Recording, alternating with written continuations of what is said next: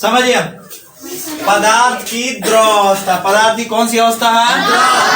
द्रव अवस्था। पदार्थ की कौन अवस्था? द्रव अवस्था। द्रव का मतलब समझते हैं लिक्विड की अवस्था, स्टेट ऑफ लिक्विड। अब आइए, द्रव का आयतन निश्चित एवं आकृति अनिश्चित होती है। इस टॉपिक को समझते हैं।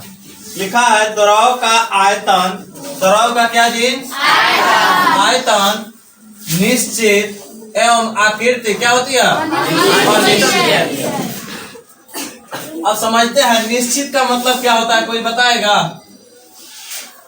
निश्चित का मतलब होता है जिसका आकार निश्चित हो, मतलब उसका कोई भी शेप जो है वह बदले नहीं। कोई भी अंक हो या कोई संख्या हो या कोई मान हो, वह बदले नहीं, उसी को निश्चित कहा जाता है। जैसे है वैसा ही रहे, वही ना निश्चित है। अनिश्चित का मतलब उसका मान बदलते रहता है या हर जगह कहीं ना कहीं किसी रूप में, कभी किसी रूप में, कभी किसी रूप में बदलता है, तो उसे हम अनिश्चित कहते हैं। अब बात ये आती है कि द्रव का जो होता है आयतन क्या होता है? निश्चित होता है। अब इसको हम समझते हैं एक टॉपिक द्वारा। देखिए क्या है, हम 1 केजी क्या लेते हैं जी? नहीं, पानी लेते हैं। क्या लेते हैं? द्रव के बारे में ना पढ़ रहे हैं? तो द्रव में आपका चीनी द्रव है, दोस्त ना है। तो यहाँ पर 1 केजी क्या लेते हैं हम? पानी। तो आप जानते हैं पानी को किस में मापा जाता है? लीटर। केजी लिखा है, गलत है कि सही है? गलत है। क्या है? क्योंकि द्रव को किस में मापा जाता है? लीटर में। तो इसीलिए हम क्या लिखेंगे यहाँ पर? 1 लीटर क्या लिखेंगे? पानी। समझ रहे हैं? यह क्या है? गलत है। तो इसलिए 1 लीटर पानी लेते हैं। अब 1 लीटर पानी लेते हैं तो इसका आयतन तो 1 लीटर रहेगा। कहीं लेकर जाए 1 लीटर रहेगा। मतलब जितना आकार यह छेकता है उतना ही आकार छेकेगा हमेशा। एक किसी भी शेप में रखेंगे तो 1 लीटर का ना लेगा जी, अपना जगह उतना ही ना रखेगा जितना 1 लीटर का लेगा। अब मान लीजिए कि इसको हम बर्तन में रखते हैं, कोई बड़ा सा बर्तन लेते हैं तो उस आकार में चला जाएगा। अगर छिपा में रखते हैं तो छिपा का आकार ले लेगा। ठीक है ना? प्लेट का आकार ले लेगा। अगर हम बाल्टीन में रखते हैं तो उसका बाल्टीन का आकार ले लेगा। अगर धरती पे गिराते हैं तो पूरा पसर जाएगा ना जी। तो अब देखो इसका आकृति निश्चित हो रहा है? नहीं। द्रव है, उसका आकृति निश्चित नहीं है। जिसमें रख रहा है उस आकार का यह बन जा रहा है। आप जिसमें भी रखिएगा उसी आकार का यह आकार ले लेता है। तो इसीलिए कहा गया है यहाँ पर कि द्रव का आयतन क्या होता है? निश्चित। मतलब अगर 1 लीटर है तो हर जगह कहीं भी ले जाइएगा 1 लीटर ही रहेगा, इसका मान नहीं बदलेगा। लेकिन आकृति कह रहा है अनिश्चित होता है। आकृति क्या होता है? अनिश्चित। मतलब उसका आकार जो होता है क्या होता है? अनिश्चित होता है, बदलते रहता है। अभी हमने एग्जाम्पल दिया कि अगर उसे ग्लास में रखते हैं तो ग्लास का शेप ले लेता है, बाल्टीन में रखते हैं तो बाल्टीन का आकार ले लेता है, प्लेट में रखते हैं तो प्लेट का आकार ले लेता है। समझ रहे हैं? हाँ, जहाँ भी आप रखते हैं उसका आकार जैसे था, उसका आकार हर जगह बदल रहा है कि नहीं बदल रहा है? बदल रहा है। लेकिन ठोस में क्या था कि इसको कहीं भी रखेंगे तो उसी रूप में रहेगा कि नहीं रखेगा?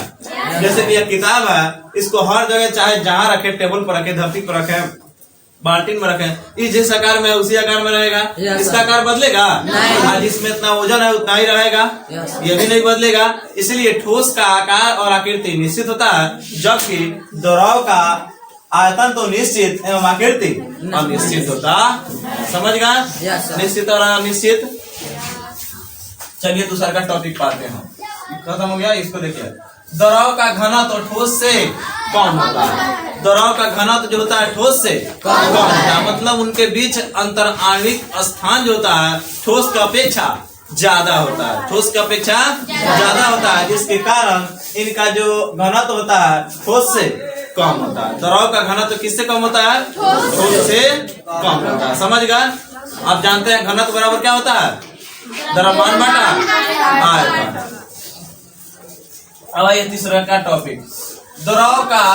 द्रव प्राय असंपीड्य होते हैं। द्रव प्राय क्या होते हैं? असंपीड्य होते हैं। मतलब द्रव को भी दबाया नहीं जा सकता है, उसे कंप्रेस नहीं किया जा सकता है। द्रव भी जैसा है उसी रूप में रहता है। लेकिन ये अलग की बात है, द्रव ठोस की अपेक्षा थोड़ा सा इसमें कंप्रेशन पाया जाता है। लेकिन ज्यादा इसमें पाया नहीं जाता, मतलब इसको भी ज्यादा दबाया नहीं जा सकता है। बहुत ही कम, ठोस से थोड़ा सा अधिक होता है, लेकिन ज्यादा इसमें भी नहीं होता है गैस की अपेक्षा।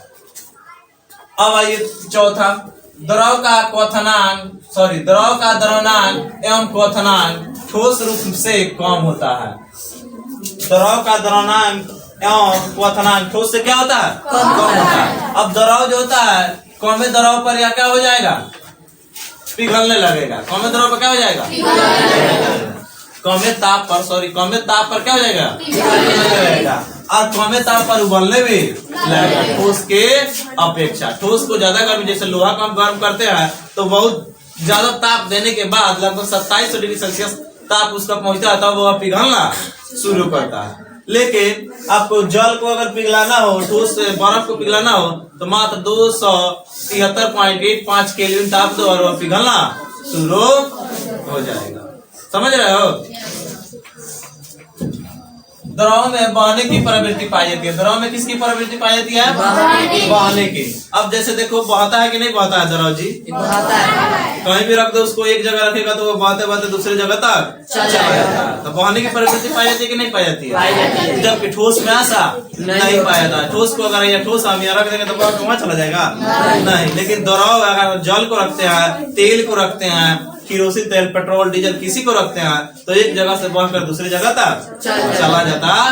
अर्थात द्रव में बहने की प्रवृत्ति पाई जाती है।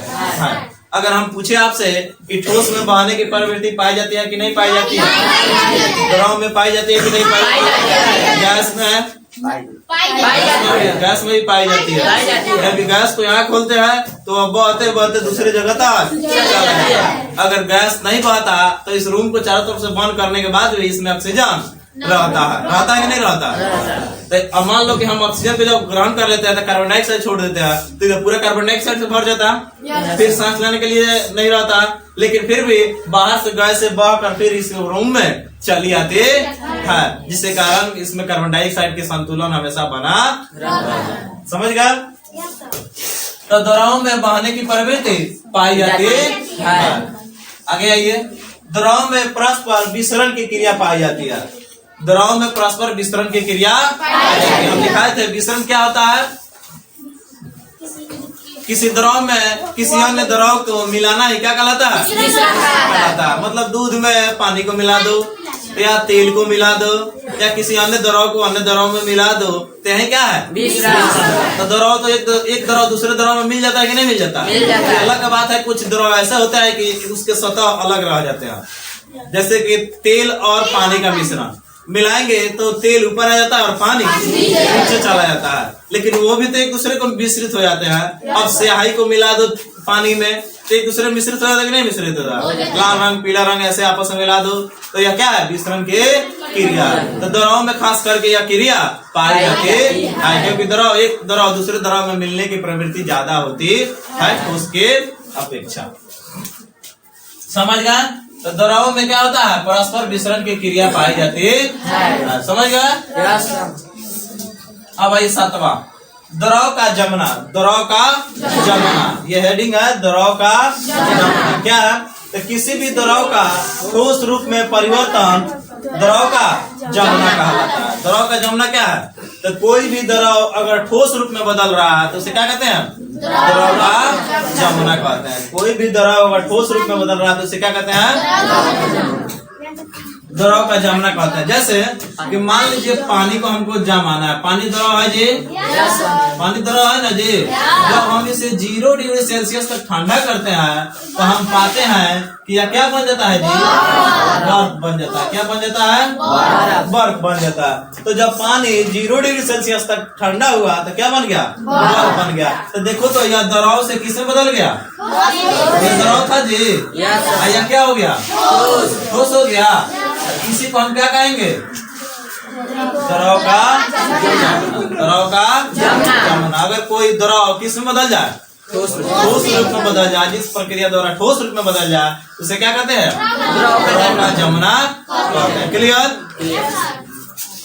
अब आइए, वाष्पन क्या है? तो जिस प्रक्रिया द्वारा जल का वाष्प में परिवर्तन होता है उसे क्या कहते हैं? वाष्पन कहते हैं। अगर कोई जल का अलावा कोई भी द्रव अगर किसमें बदल जाए, वाष्प में बदल जाए, तो उसे क्या कहते हैं? वाष्पन कहते हैं। अब वाष्पन में एक और क्रिया होता है जो कि नीचे लिखा है, देखिए वाष्पन एक और परिभाषा, किसी द्रव का कमरे के ताप या द्रव के क्वथनांक के नीचे के तापों पर वाष्प बनकर धीरे धीरे वायुमंडल में जाने की प्रक्रिया को या क्रिया को क्या कहते हैं? वाष्पन कहते हैं। मतलब वाष्पन क्रिया जो होता है किसी द्रव का कमरे के ताप पर, अब ये कमरे का ताप जितना है उतना पर, या उसका क्वथनांक के नीचे के तापों पर। जैसे क्वथनांक का मतलब हो गया पानी का क्वथनांक कितना होता है जी? पानी का क्वथनांक कितना होता है? 100 डिग्री सेल्सियस। पानी का क्वथनांक 100 डिग्री सेल्सियस है। अगर 100 डिग्री पहुंच गया तब वह उसका वाष्पन नहीं होगा, तब वहां पर उसका वाष्पन नहीं होगा। लेकिन इससे नीचे आ जाए जैसे 80 डिग्री सेल्सियस पर, 20 डिग्री सेल्सियस पर, 10 डिग्री सेल्सियस पर, अगर यह धीरे धीरे बनकर वाष्प में जा रहा है, मतलब वायुमंडल में करके धीरे धीरे पहुंच रहा है, तो इसी को क्या कहेंगे? वाष्पन कहेंगे। अगर 100 डिग्री पर पहुंच गया तो वहां पर उसका वाष्पन नहीं होगा, वहां पर क्वथनांक रहता है जो खौलने लगता है। वाष्पन में तो वहां पर ही बदलता है, लेकिन वाष्पन की क्रिया वहां पर नहीं होती है, क्योंकि क्वथनांक से कम उसका ताप होना चाहिए। तो भैया वाष्पन क्या है? किसी द्रव का कमरे के ताप पर या द्रव के क्वथनांक के नीचे के तापों पर वाष्प बनकर धीरे धीरे वायुमंडल में जाने की क्रिया को क्या कहते हैं? वाष्पन कहते हैं। नोट देखिए यहाँ पर, वाष्पन से क्या मिलती है? ठंडक उत्पन्न होती है। इसके बारे में समझते हैं। वाष्पन से क्या होती है? ठंडक उत्पन्न होती है। अब होती कैसे है ठंडक, इसको देखते हैं। देखिए कभी पेट्रोल लेकर हाथ पर रखिएगा, पाला वो नहीं होता है। पेट्रोल पाला नहीं होता है। अगर किसी बर्तन में बंद करके रखते हैं तो टूटता तो पाला लगता है इसको। जैसे मान लो गिलन में बंद करके लाते हैं ना, या बोतल में बंद करके लाए, और उस बोतल को जब हम हाथे से पकड़ते हैं तो ठंडा लगता है? जब नहीं लगता है। ऐसे देखो जितना तुम्हारा हाथ का ठंडा है उतना ही उसका तुमको लगेगा।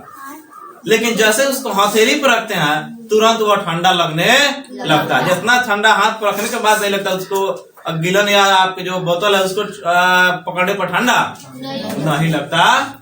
समझ रहे हैं? अब देखिए होता क्या है, वो जैसे ही पेट्रोल को हम अपने हाथों पर रखते हैं देखिए तुरंत पेट्रोल उड़ने लगता है, उड़ जाता है ना, तुरंत आपके हाथ खाली हो जाता है, होता है ना जी।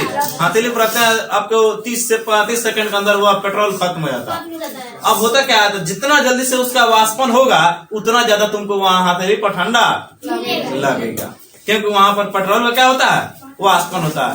यही कारण है गर्मी के दिनों में क्या होता है, गर्मी के दिन अगर मान लो ज्यादा गर्मी का दिन है तो तुम अपने गेट पर क्या करो, पानी जो होता है चट्टी का बर्रा जो होता है ना, उसको भिगो कर गेट पर रख दो या कहीं दीवार पर टांग दो उसको, उससे आने वाला हवा आपको ठंडा देगा। अच्छा गर्मी के दिन या ठंडा के दिन में आप कपड़ा भिगो कर क्या करते हैं, ऑर्गेनिक जो होता है उस पर सुखाने के लिए रख देते हैं। धीरे धीरे करके वह उसका पानी क्या होता है, गायब हो जाता है। होता है कि नहीं होता? कपड़ा साफ करते होंगे डेली, तो यह होता होगा। कपड़ा साफ करके आप छत पर या कहीं उसको सूखने के लिए रख देते हैं, तो कुछ समय के बाद जाते हैं। जाड़े के दिन में ज्यादा समय लगता है, गर्मी के दिन में 1 से 1.5 घंटे के अंदर आपका पानी क्या होता है, गायब हो जाता है। तो गायब होकर गया कहाँ, वाष्प बन गया। वहां पर क्या हुआ, वाष्प बनकर वायुमंडल में चला गया। अगर कहें कि वो खोल रहा था तो क्या खोल कर गया? नहीं। खोल कर जाता है कभी? नहीं। खोल कर जाएगा तो आपका कपड़ा खत्म हो जाएगा, वो पूरा और सिकुड़ जाएगा। लेकिन ऐसा नहीं होता, कपड़ा धीरे धीरे करके उसका वाष्पन होता पानी का और इस तरह गायब होकर फिर वायुमंडल में चला जाता है। फिर बारिश के रूप में वह पानी नीचे की तरह आ जाता है। इसी रूप में आपके ऊपर जो होता है वाष्पन की क्रिया। और एक और क्वेश्चन पूछता है कि वाष्पन की क्रिया नीचे होती है कि ऊपर होती है? ऊपर। तो वाष्पन की क्रिया ऊपर होती है। वाष्पन की क्रिया कहाँ होती है? ऊपर होती है। ऊपर होती है। अब खोलने की क्रिया कहाँ होता है? नीचे होता है। नीचे से खोलना प्रारंभ करता है कोई भी चीज, देखे है ना। तो खोलने की क्रिया नीचे से होता है और वाष्पन की क्रिया ऊपर से होता है, मतलब ऊपरी सतह से होता है। कोई भी द्रव होगा तो उसके ऊपरी सतह से ही उसका वाष्पन होगा। जैसे कि नदी में अगर पानी ऊपर का वाष्पन हो रहा है तो नीचे हो रहा है कि ऊपर हो रहा है? क्योंकि ऊपर धूप पड़ता है, धीरे धीरे करके वह वाष्प की क्रिया में ऊपर जाता है। इसलिए वाष्पनीय क्रिया ऊपरी सतह पर होता है, खौलने की क्रिया कहाँ होता है? नीचे की तरफ होता है, निचला सतह में होता है, द्रव के निचले सतह में होता है। तो यही है, वाष्पन से क्या मिलती है जी? ठंडक उत्पन्न होती है। जैसे कि पेट्रोल को हाथ पर रखे तुरंत उड़ने लगा तो तुमको ठंडक मिलने लगता है ना जी? क्योंकि जितना तीव्र गति से वह उड़ेगा उतना ज्यादा तुमको ठंडक मिलेगा, क्योंकि उसका वाष्पन होता है। तो इसलिए गर्मी के दिनों में वाष्पन से। अच्छा, एक और कारण है, गर्मी के दिनों में क्या होता है कि हम लोग सफेद वस्त्र पहनना ज्यादा पसंद करते हैं ना जी? सफेद वस्त्र क्यों पहनना पसंद करते हैं? क्योंकि सफेद वस्त्र जो होता है वह उष्मा का अवशोषण बहुत ही कम करता है, अधिकांश उष्मा को ट्रांसफर कर देता है, लौटा देता है। इसलिए सफेद वस्त्र पहनने से गर्मी कम लगती है, जबकि काला वस्त्र पहनने से गर्मी ज्यादा लगती है। समझ रहे हैं?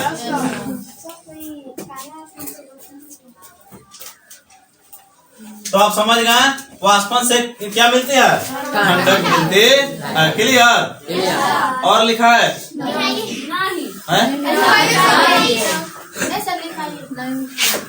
याद हो जाएगा इतना था? चलिए कल जो लिखा था सुन लेते हैं।